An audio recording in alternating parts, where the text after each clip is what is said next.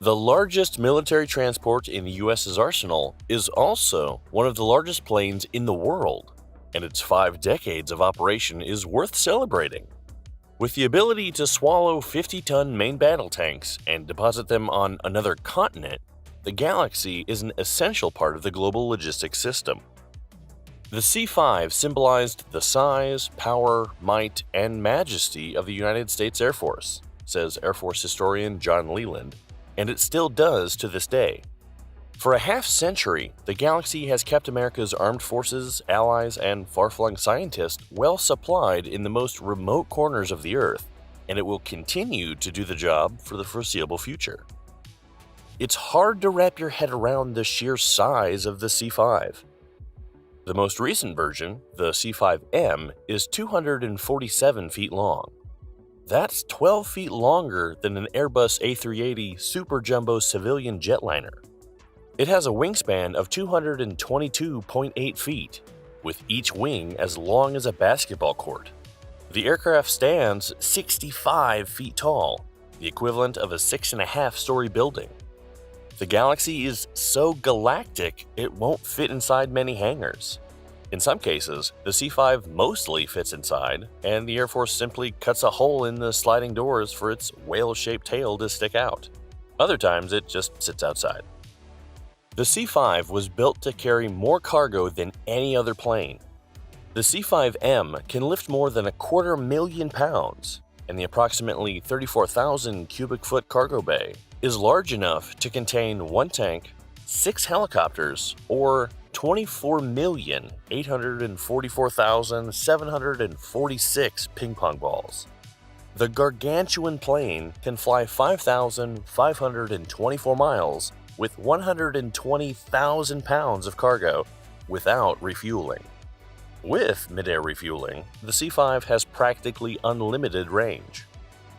The C-5 Galaxy started with a requirement. The Air Force wanted a transport capable of carrying all the equipment necessary for a U.S. Army division halfway across the world. While transports of the time, including the C-130 Hercules and now extinct C-141 Starlifter, were big, they simply couldn't handle the most important item, the new M60 main battle tank. The M60 was 30 feet long, 10 feet high, and weighed 50 tons. The Air Force issued a requirement for a new super heavy transport plane, CX-LHS, and set a performance goal of carrying 100,000 pounds a distance of 4,500 nautical miles at 440 knots. The plane that could do it would not only be the largest plane in U.S. military service, but the largest airplane in the world. It was a heady time in American history when the country could easily fund a race to the moon, the Vietnam War, and build the largest plane ever. Boeing, Douglas, and Lockheed competed for the contract. After a 6-month deliberation, Lockheed won the contract to build 58 of the cargo planes, while General Electric won the engine contract. In today's dollars, the C-5A would cost $268 million per plane. Boeing's proposal didn't go to waste. It would eventually become the 747 civilian airliner. The C-5A was an ambitious airplane. Lockheed's specs called for an aircraft capable of carrying an outside load of 250,000 pounds, or 125 tons, for a distance of 3,200 miles unrefueled. With a 100,000-pound payload, the C-5A could fly 5,300 miles. That was enough to fly from Dover Air Force Base in Delaware to Torreon Air Base in Spain, or from Travis Air Force Base in California to Yokota Air Base in Japan. The C-5 was projected to fly more and bigger cargo, and do it faster and with fewer planes. In 1965, General Howard Estes, commander of the Air Force's Military Air Transport Service, said the C-5 would have radically sped up Operation Big Lift, an exercise that flew 15,500 soldiers from the U.S. to Germany. We used 234 aircraft, C-118s and C-124s, each flying one mission, and completed the lift in 63 hours, Estes said. By comparison, 42 C-5As could do the same job in only 13 hours. The C-5A would be capable of landing on unprepared airfields no longer than 4,000 feet. Following Lockheed's tradition of naming aircraft after astronomical objects and bodies, the company named the flying behemoth Galaxy. The plane's cargo box is 13.5 feet high, 19 feet wide, and 143.75 feet long. This adds up to 34,734 cubic feet of cargo space, or what C-5 maintainers call a warehouse with wings. The cargo plane has outlasted the M60 main battle tank and can theoretically carry two M1A2 Abrams tanks, though just one Abrams is 50% heavier than the C-5's maximum cargo weight. Alternatively, a C-5 can carry 350 people plus equipment, 6 UH-60 Black Hawk helicopters, and 6 M2 Bradley fighting vehicles. Getting cargo on and off the Galaxy is a lot easier than it looks. The C-5's bulbous nose is hinged, allowing it to rise up over the cockpit and providing full access to the cargo box. This is nicknamed the Knight's Visor. A ramp at the rear of the plane allows ground crews to drive vehicles directly onto the aircraft, where they are tied down to prevent load shifting in flight. The airplane's landing gear and 28 landing wheels can hydraulically kneel to truck bed height, allowing cargo to be offloaded directly from the plane to waiting trucks. Despite its size, the plane carries a small crew: pilot, co-pilot, 2 flight engineers, and 3 loadmasters. The plane's extreme range means it often carries multiple crews and has provisions for up to 15 relief crew members. It can also carry 75 more passengers in airline-style seating separate from the cargo area. The first C-5 Galaxy flew on June 30, 1968, and soon began flying the Trans-Pacific run from California to Southeast Asia to support the Vietnam War. In 1973, C-5s were the backbone of an emergency airlift of supplies to Israel. The airlift, nicknamed Operation Nickelgrass, saw the first C-5 in the air 10 hours after it began, with the first plane delivering 194,000 pounds of supplies. Over a course of 145 sorties, C-5s flew a total of 21,600,000 pounds of supplies, including tanks and helicopters, into the country. The C-5 flew cargo throughout the Cold War, particularly to Europe for annual NATO exercises. In 1990, it participated in the air and sea lift operation supporting Operation Desert Shield, the effort to defend Saudi Arabia from Saddam Hussein's Iraq. Months later, C-5s participated in the buildup that enabled Operation Desert Storm, the liberation of Kuwait. Together, the two campaigns formed the largest airlift in history.